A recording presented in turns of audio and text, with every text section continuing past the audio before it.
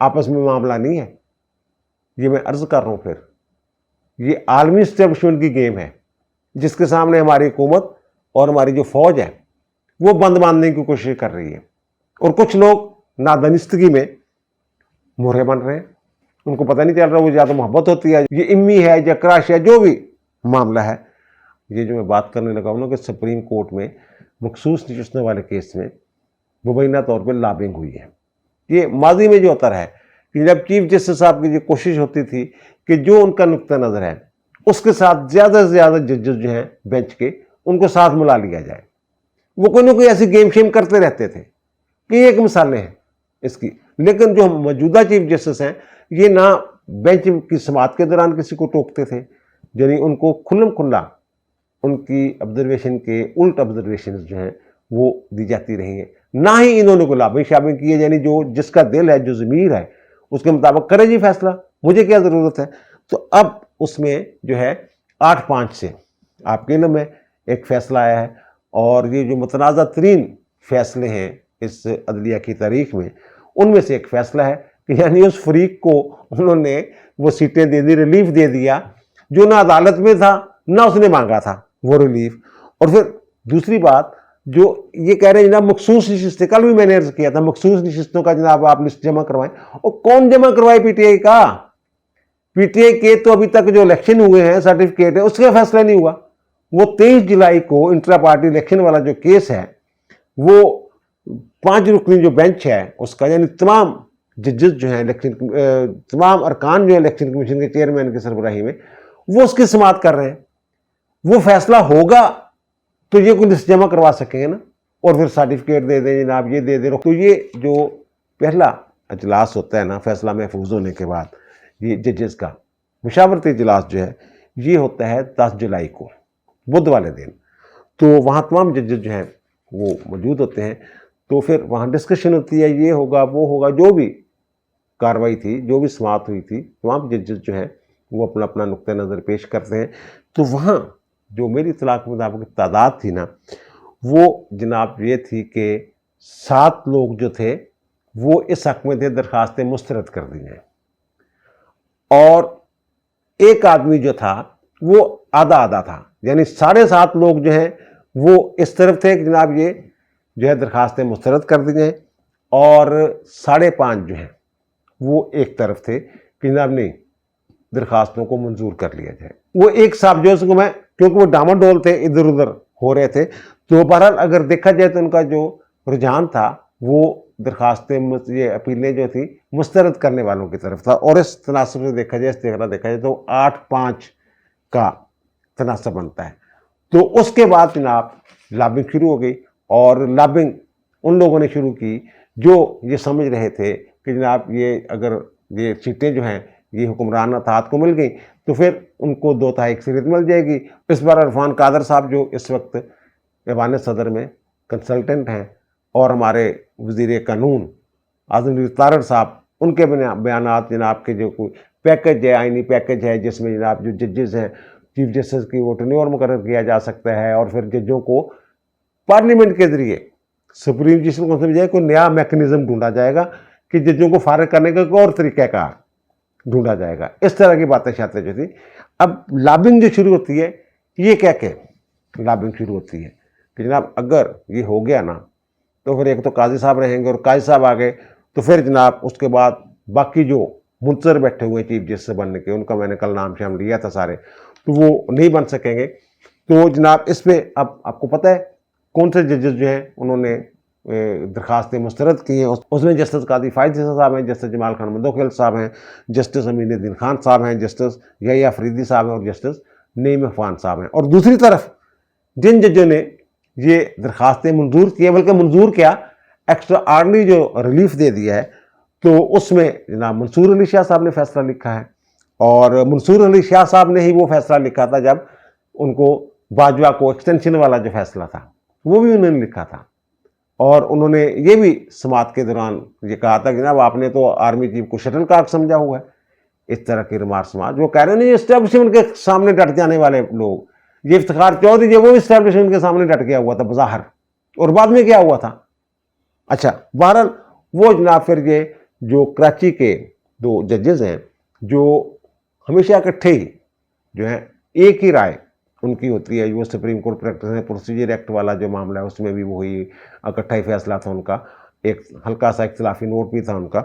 تو وہ سبان جو ہیں پہلے جو تھے وہ کسی اور طرف تھے اور بعد میں پھر کسی اور طرف چلے گئے, اور پھر ایک اور صاحب ہیں جو میں نے کہا نا ادھر ادھر تھے تو وہ پھر ادھر چلے گئے, منصور علی شاہ صاحب کی طرف یا دوسرے. اور جو ججز ہوتے ہیں نا, میں نے ایک ولاگ میں یہ ذکر کیا تھا کہ جو آنے والا چیف جسٹس ہوتا ہے وہ جانے والے چیف جسٹس سے زیادہ پاورفل اور زیادہ مؤثر ہوتا ہے. اور میں نے اس میں جسٹس سید منصور علی شاہ صاحب کا نام بھی لیا تھا. یہ بہت کم ہوتا ہے کہ آپ جناب ایک جج کے ساتھ الگ میٹنگ کریں, 2 ججوں کو الگ بلا لیں اور پھر ایک بیانیہ بنائیں کہ جناب اگر یہ سیٹیں جو ہیں پی ٹی آئی کو نہ ملی تو جناب یہاں ایک طوفان آ جانا ہے, عدلیہ کے اوپر شب خون پتہ نہیں ایسی آئینی ترمیم آ جانی ہے, جو بھی ہے.